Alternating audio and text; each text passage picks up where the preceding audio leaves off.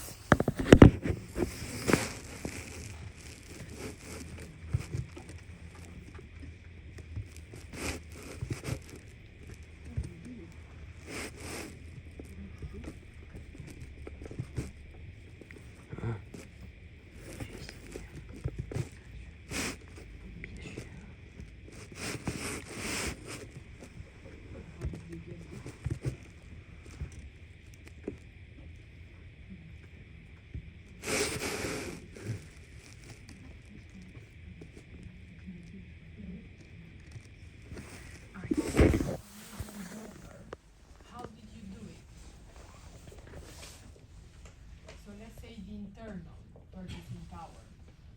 What did you do to evaluate that? You took an amount in which currency?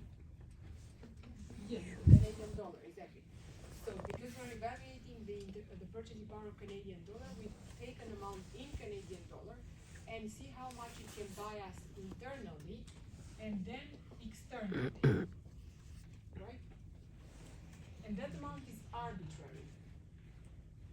So that's what I was asking you, because every one of you could have taken a different amount. The important thing is for that amount to be the same here and here, so that you can compare the two. So let's take 1 million. Some of you took just one, which is still correct. 1, 100, 10,000, whatever.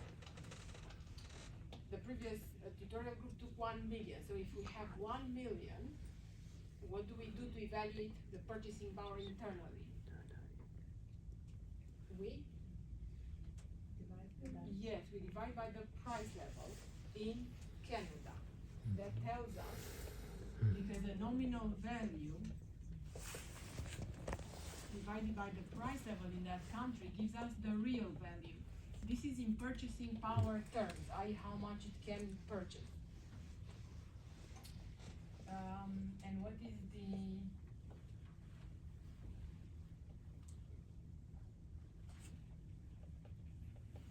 16,600? And we would have got around 60 consumption bundles. CD. External purchasing power.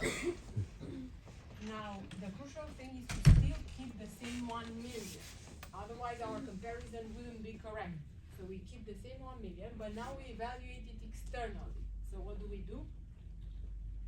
Change it to euros. Yes, correct. And then, Divided by 1 million. yeah, divided by the price level externally, i.e. in that country, in euro. So, the exchange rate is 1.57, quoted like this. Do I multiply or do I divide? Multiply. Yes, very good. And the price level in euro is 27.50. So this should be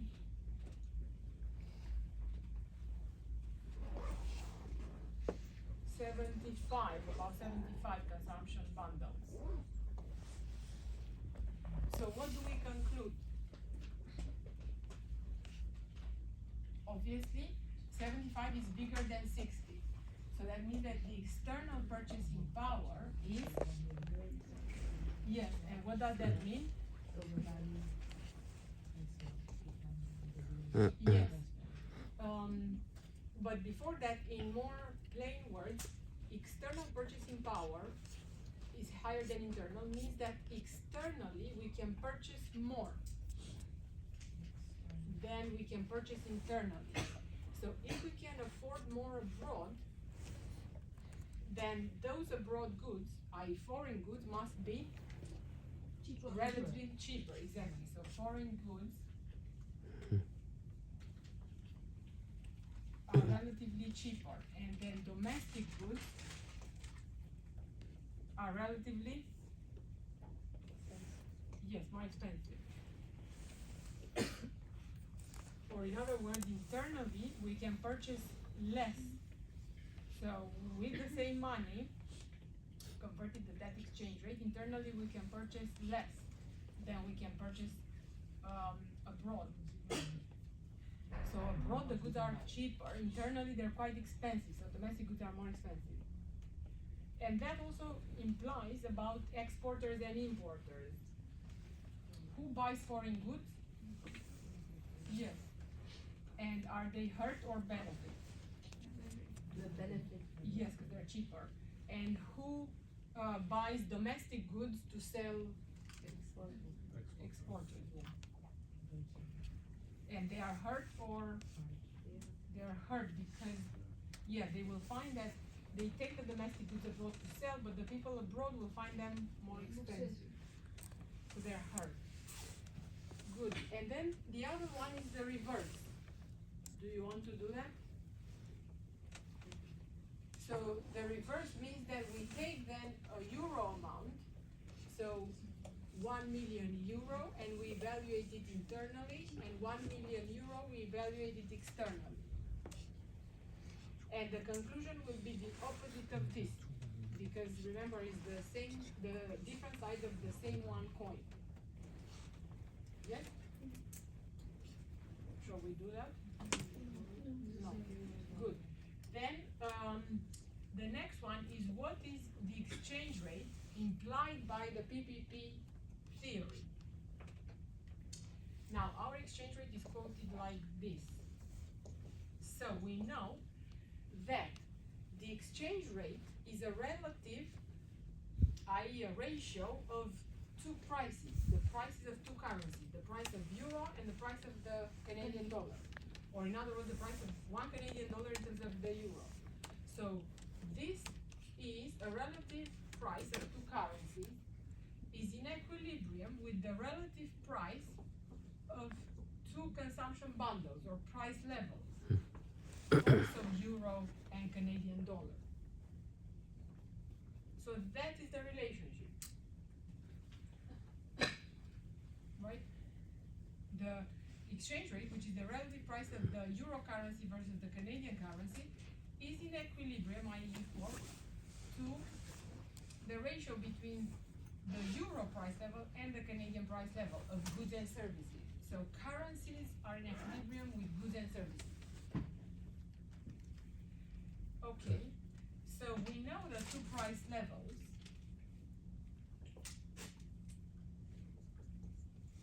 So what did you get?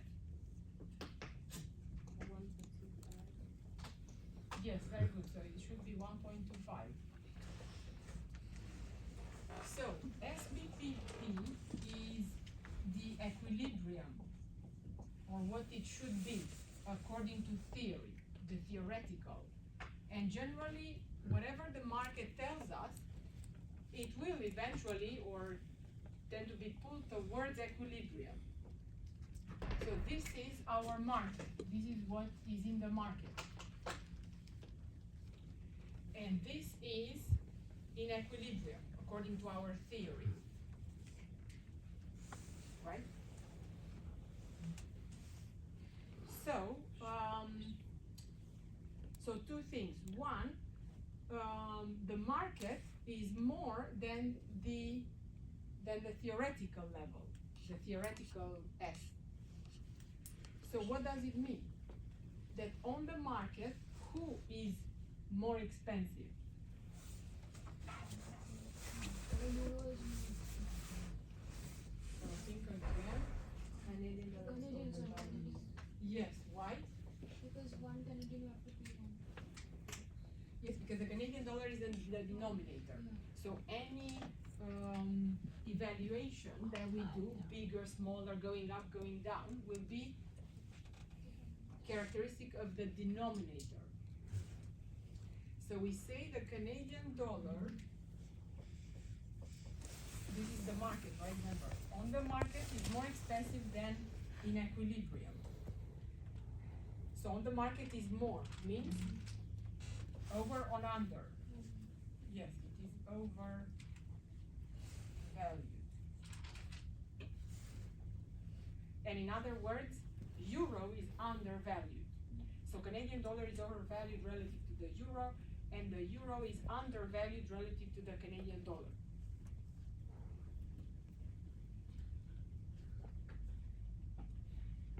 So currently it is 1.57. Eventually it will have to go to 1.25. That's our equilibrium. Right? So what does it mean? It will go up or down? Yes, it has to go down. Who is going down? Yes, Canadian dollar. And now the next question is by how much? Now, some of you calculated this as just an absolute difference, but with exchange rates, we generally look at in relative terms, so in percentage changes.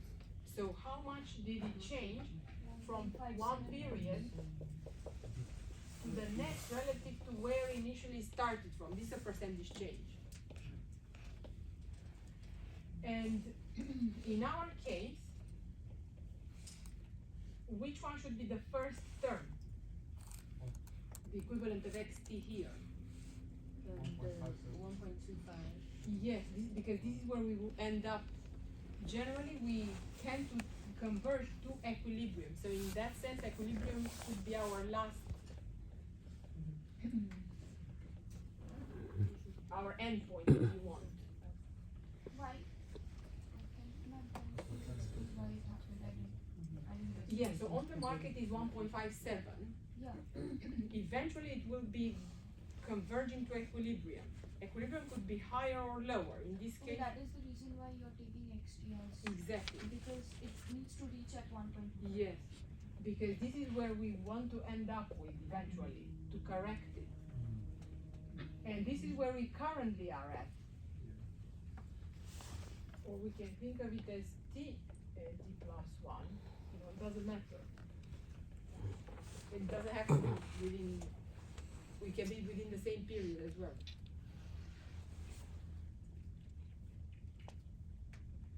So this is 1.57, and what do I have at the denominator?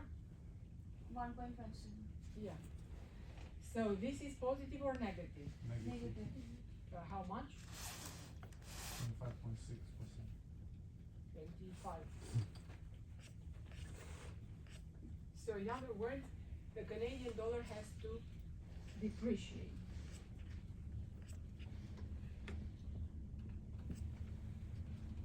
Yeah? That's what we had.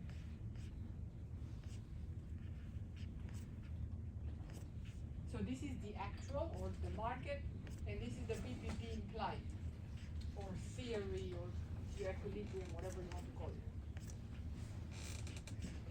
Yes?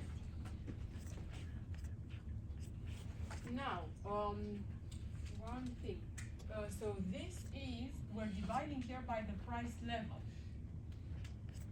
If this nominal value is in euro, we divide by the price level in euros, right?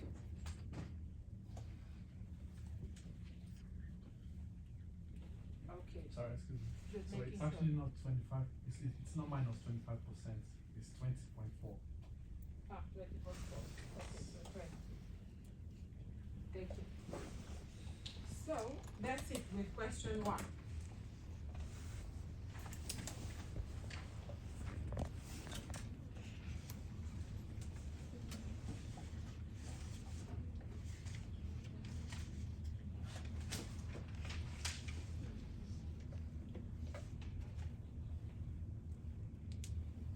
Is it okay? But what you do need to know is just like we know the result, which is relative, this is absolute PPP or relative PPP and IRP. And in this case, the relationship between real exchange rate and nominal exchange rate. But you don't have to know the derivation. But the result is important because we are applying it. So now,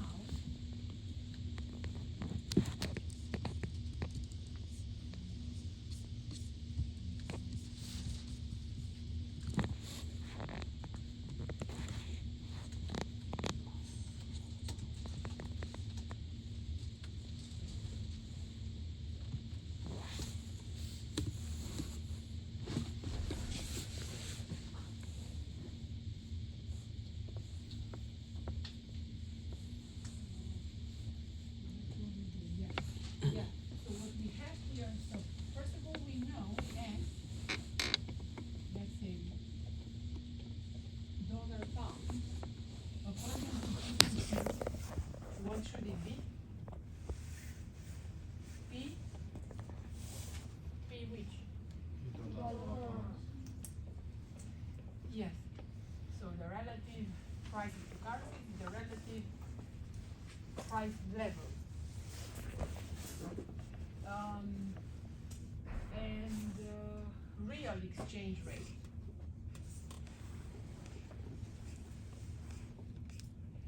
Real is nominal. We just wrote it before. Nominal divided by price level. Nominal is S. RS is real, S is nominal.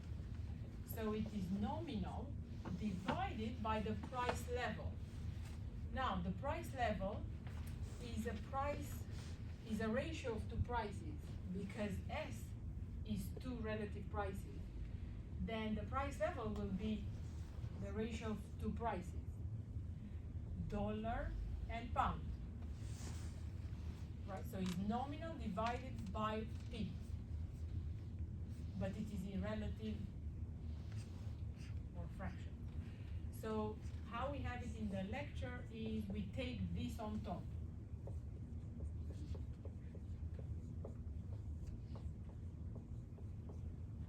Yeah?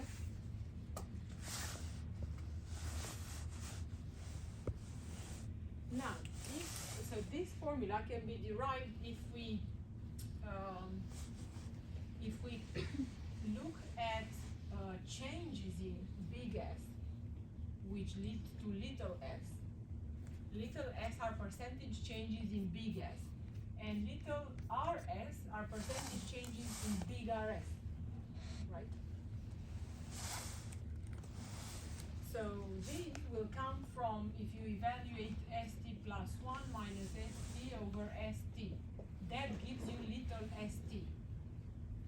Sorry. Right? And with RS the same thing. So all of this is in there for your information. You don't have to remember it. So what the conclusion is, the relationship is that we have foreign over home, so we can generalize foreign over home. So again, we have a relationship of real equals nominal, but in percentage changes. So real equals nominal divided by the price level. Now the price level in this case, because it is in percentage changes, is percentage changes of prices is inflation. Right, so we divide by the ratio of the two inflations.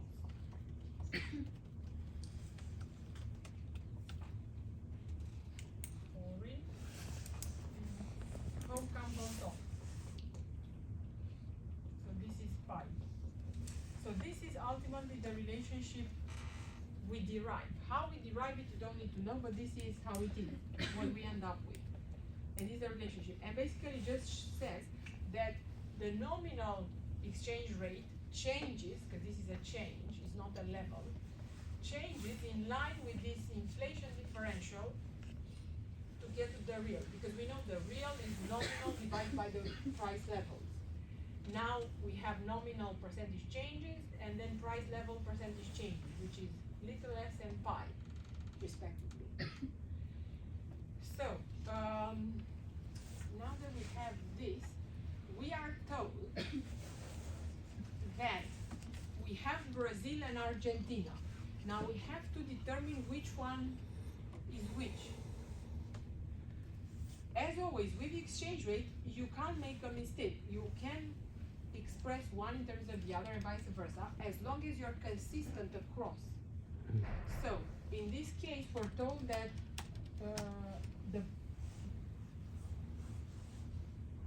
the Argentinian peso weakens by 21%. So the Argentinian peso weakens. So that means that little s is a percentage change, is 21%. Little s is a percentage change. X is the level. This is little s. Oh yeah, and it is the Argentinian peso that weakens. So therefore, Argentinian peso has to be the denominator, because it is the Argentinian peso that weakens. If I had said the Brazilian real weakened by 40%, the Brazilian real would be where? Yes. And then you will have something else on top. Yep. So any statement you make about the currency, whether it goes up, down, overvalued, undervalued, and so on, that if you make a statement about that currency is the denominator, right? We know that. So I can write it like this.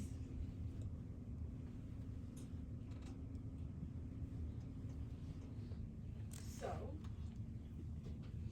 in our case, we have 1 minus 21%. Now, which inflation do I write here? Brazil or Argentina? Argentina. Down is up. So Argentina should be at the bottom. So this should be? Yes, Argentina. Which is? How much? 15%. And this is 10%, right? Now, I could have written it the other way around as well. But I chose to write it this way. Argentina is depreciating by 21% because we have this minus 0.21. That reflects Argentinian currency, so Argentinian currency should be at the denominator, right? So in our case, it should be like this.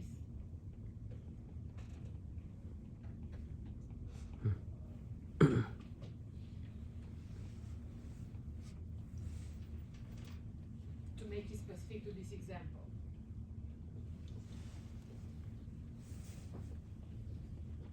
Clear? So basically, in conclusion, the derivation in part A was simply to arrive at this relationship, which tells us that the Argentinian peso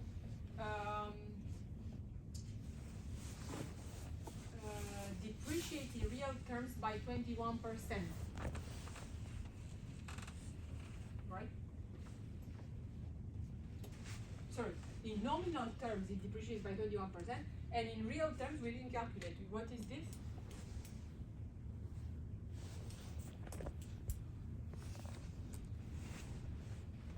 So this should be.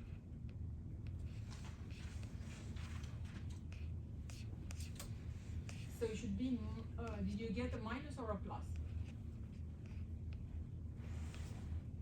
Yes, minus, I got 17%.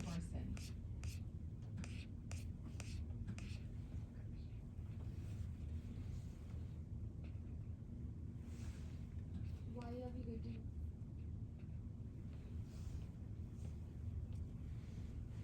So can, if you do this calculation, so 1 minus 0.21 times 1 plus this, divided by 1 plus this. Yeah, sorry, and then you have the one here. Okay, yeah. Yeah, sorry. So then you take the, so you can write it as minus 1, and we remove this, and then we single out the RS. Yes, so your number is right, yes, so 1 minus that should be around.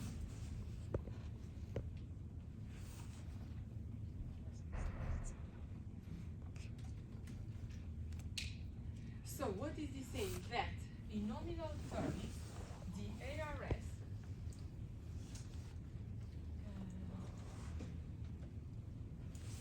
in nominal terms, the ARS was depreciating by 21%, and in real terms, it was depreciating by 17%. And generally, the difference between nominal and real, in our case, is about 5% here. And that's exactly the inflation differential. 15 minus 10 is 5%. So that's what the theory tells us.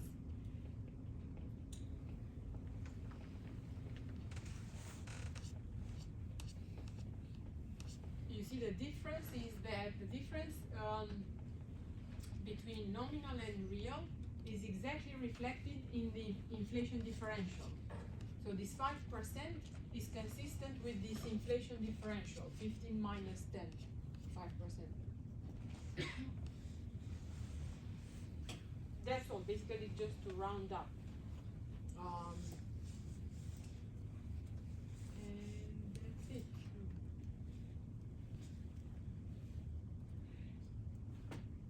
So that means we have time for question 3, which I didn't have in the other groups.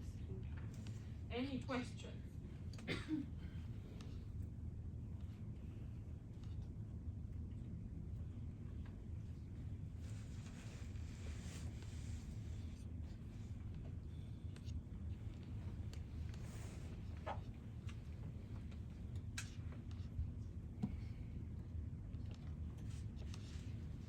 So shall we do question 3?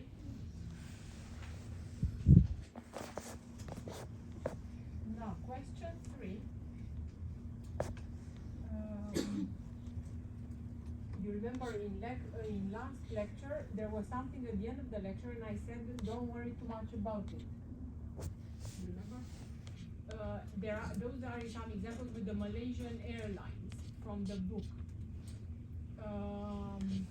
So you don't have to worry too much about it, but it is related to this question we're doing. But if you understand and do this question, that's enough, which is question 3. That's why everything we do in the tutorial is very important. Also in the lecture, whatever we cover in the lecture, if I tell you don't worry about this, then don't worry. Now in the final exam, my advice will change. I will tell you then what to focus on. But for now, question 3, well, just all the tutorials we've done so far, all of them fully, are very important questions. So, For the midterm? yeah, for the final exam, I have to refresh what I give you there, so I can't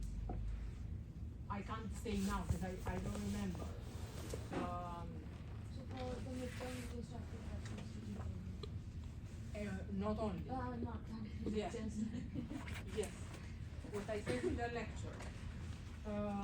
Tutorial, everything in the tutorial, everything in the lecture which we covered in person, which is mostly everything, with the exception of a couple of And things. the MCQ.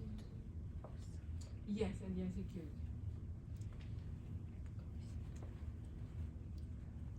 Yeah. So that's why I have to relook at it so I can tell you which topic to focus on, 1 to 4 or 1 to 5. I suspect it is 1 to 4.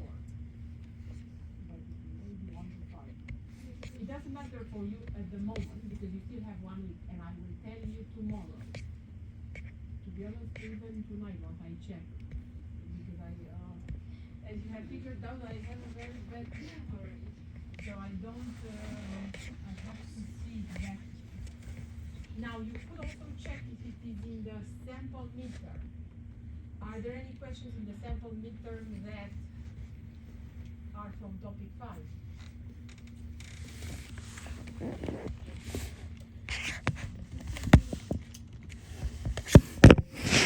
So anyway, for now it doesn't matter if you're preparing for everything, particularly you have to know okay, question 3 is important because, and it also is a very good example of if you want to explain what is inflation to someone. We will look at period T, and we will look how things change. So we have to determine some P's. We have to look at nominal revenue. And we have to look at real revenue. And then see how this changes to the next period. And we will see, hopefully let's get to it, that the nominal revenue increases, right? But our real revenue stays the same because inflation has eroded some of that real revenue. So in real terms, we won't be any better or worse. Although in nominal terms it seems like we're getting richer, that is inflation. In real terms we're the same because inflation has eroded our purchasing power. So this is a very good, not too complicated example of actually illustrating how, and this case is good because the real revenue remains the same. There is another example in the book where you have the real revenue changes. So you have a real depreciation or appreciation in real terms of the currency. Anyway, so in this example we have a Greek company. They sell phones to the US. So all their revenue comes from the US sales in this example. Now the US sales are the sales revenue is the price of the phone. They sell phones times the number of phones they sell, right? So let's look, we're mixing and we're not following a particular order. So to calculate the revenue in nominal terms, like we would generally do, is the price of the phone times how many phones we're selling. They're selling 2 million, right? In the next period, we have the price of the phone, we don't know it yet, next period, times 2 million phones. They still sell 2 million. And how do I know that? The question tells us that the demand stays the same. So we are still going to sell 2 million in the next period as well. In a related example in the book, which you can see, this changes. But here to make things comparable, to single out the effect of inflation, we keep 2 million the same. So the question tells us. Now, what else do we know? We know the price level in euro. It's 100. Actually, we don't know it, but I have to add it there. What we know, so imagine that this is known, and this is also given.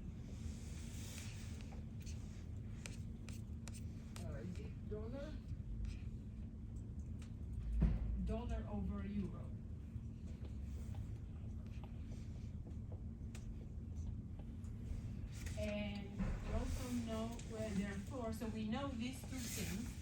We can get the dollar. Yeah, exactly. So therefore we get, yes, the price level in dollars, which is 125, right? Okay, so now we know all of that for time t.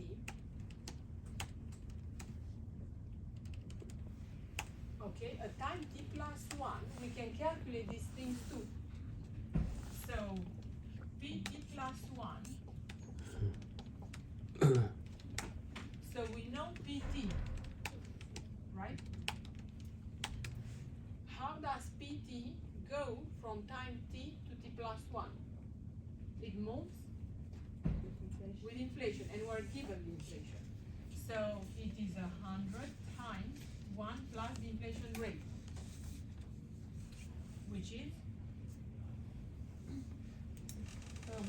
1%. Is it 1? Yeah. Well, the other one is 5.5. Yes, I have a question. Is the 100 given, or did you just? Yeah, assume? yeah, I'll add it in there. Just to make it clear. So this would be given, therefore we found this. Now this is what we're calculating. 101. Yeah, very good. And also we need the other one for the dollar. So it's 125 times 1 plus the rate of inflation in the US, which is 5%. So how much is that? 131. 5% on 5.5%. Oh wait, so it should be 100? Okay. It should be in the hundreds. 131?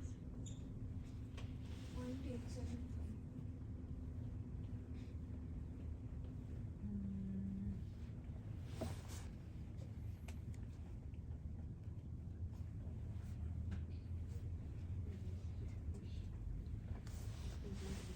Well, we don't actually need it, but how much is it?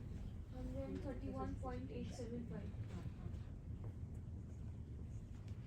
Okay. Anyway, so we have a lot of things here. Now we have ST. We can calculate ST plus 1 too. Actually, we will need ST plus 1. So what is ST plus 1?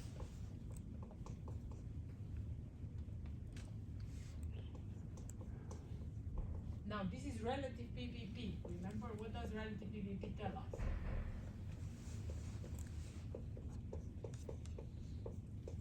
That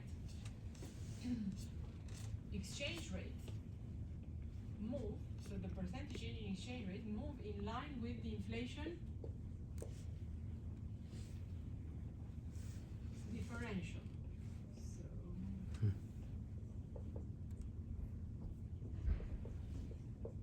So again, we said this is the other derivation which is in the lecture notes, but we said don't worry about it. We just have to know this is relative PVP.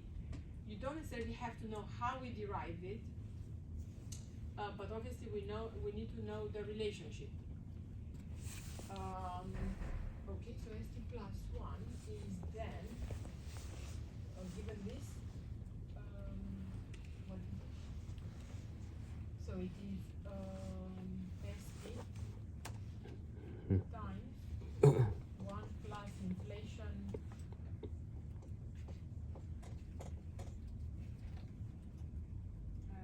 dollar. So ST is 1.25. Inflation, what is the inflation?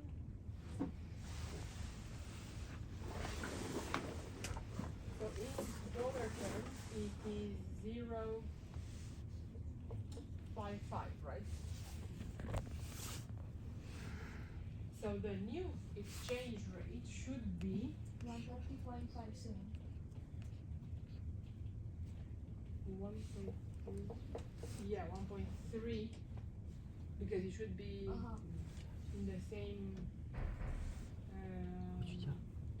what would you say? 0.5. 130.056. 1.3. 3056.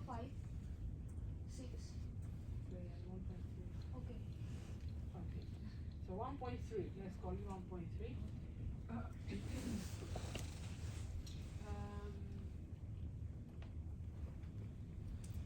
Okay, I think that's all we need to know. Now, back to the revenue. So all of this we would need to know. We don't need to know how to derive it.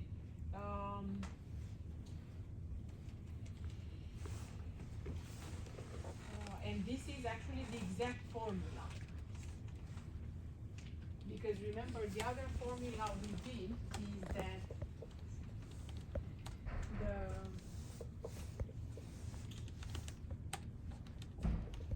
minus 1 is the inflation differential between the two countries, right? But this is an approximate formula, and this is the exact relative PVP formula. Okay, so I favor this one when it comes to calculation. This one is very good for explaining conceptually what the theory means and what the theory predicts. So back to the revenue, we have, this is the revenue in US terms. Now we're converting it to euros. So we convert at the exchange rate time T, right? So this is a dollar amount. Do we multiply or do we divide? Yeah, divide by 1.25.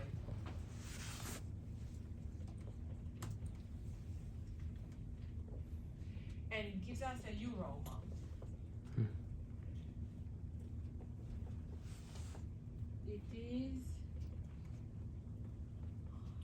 1 to 6.4 million. Now, in real terms, we know that real is nominal divided by, Price. yes, so it is nominal divided by the price level in euro. So it is 100. So in real terms, the revenue is 1.26 million, right?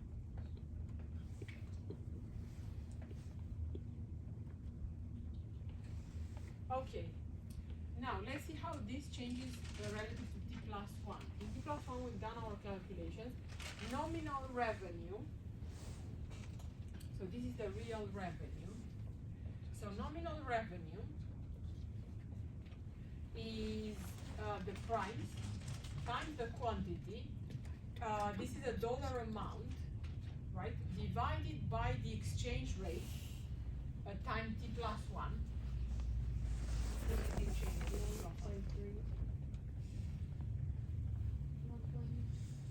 1.305. Yeah, I'll put that one.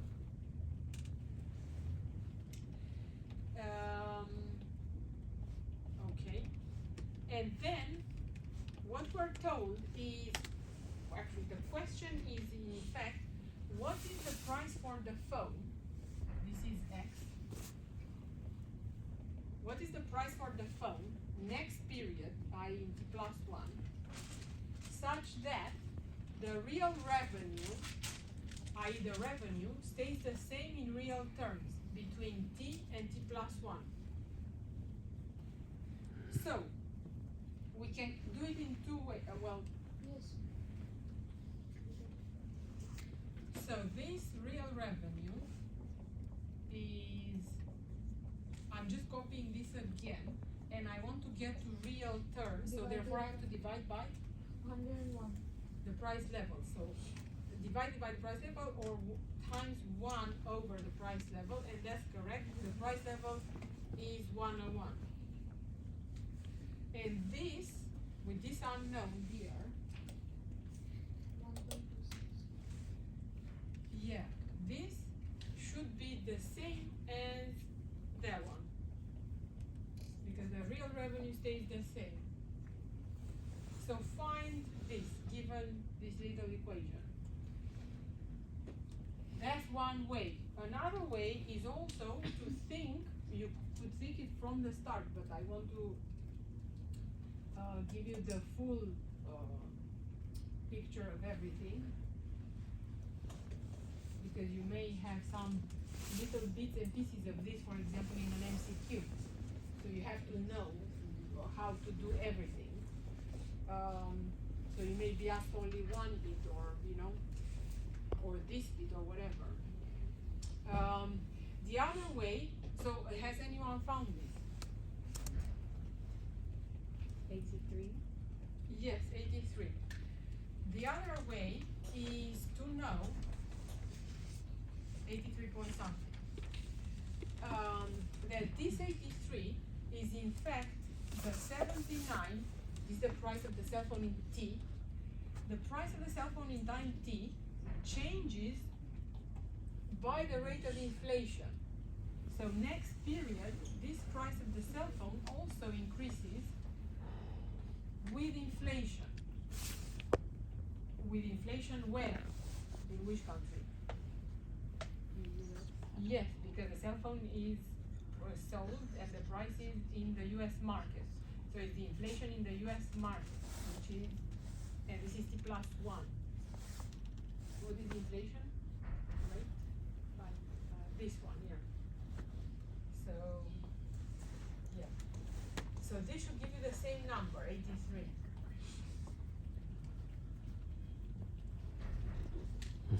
So, in other words, this,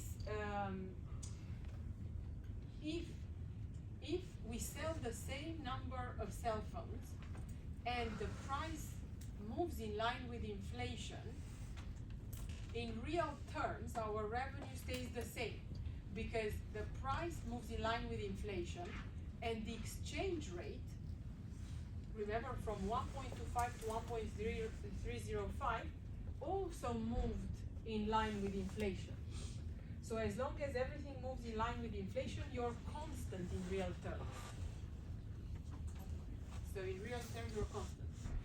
That's one thing. The second thing is that, as we've seen in nominal revenue, it goes up from 126 to, how much is it? If we replace here, we get a nominal revenue 127 point something. It goes from 126 million to 126 to 127. So in nominal terms, we get wealthier, we get more revenue. But in real terms, we get the same revenue. So this is because inflation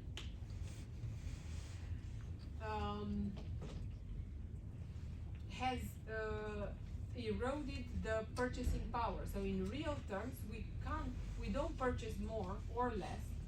We're in fact the same. So although in nominal terms things are increasing, in real terms they're not, because inflation has taken away this what seems like a return, a positive return, an increase in our revenue. So again, this is a good way to explain what is inflation. Where does it come from?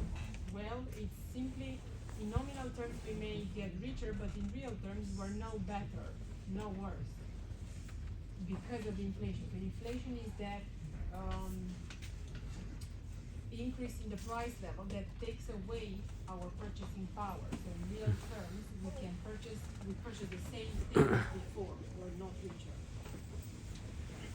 So there are, a couple of things that are very good to learn from this example. So it is good.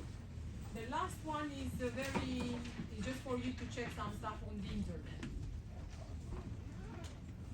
Wait, are you still looking? Yeah, I'm just finishing now.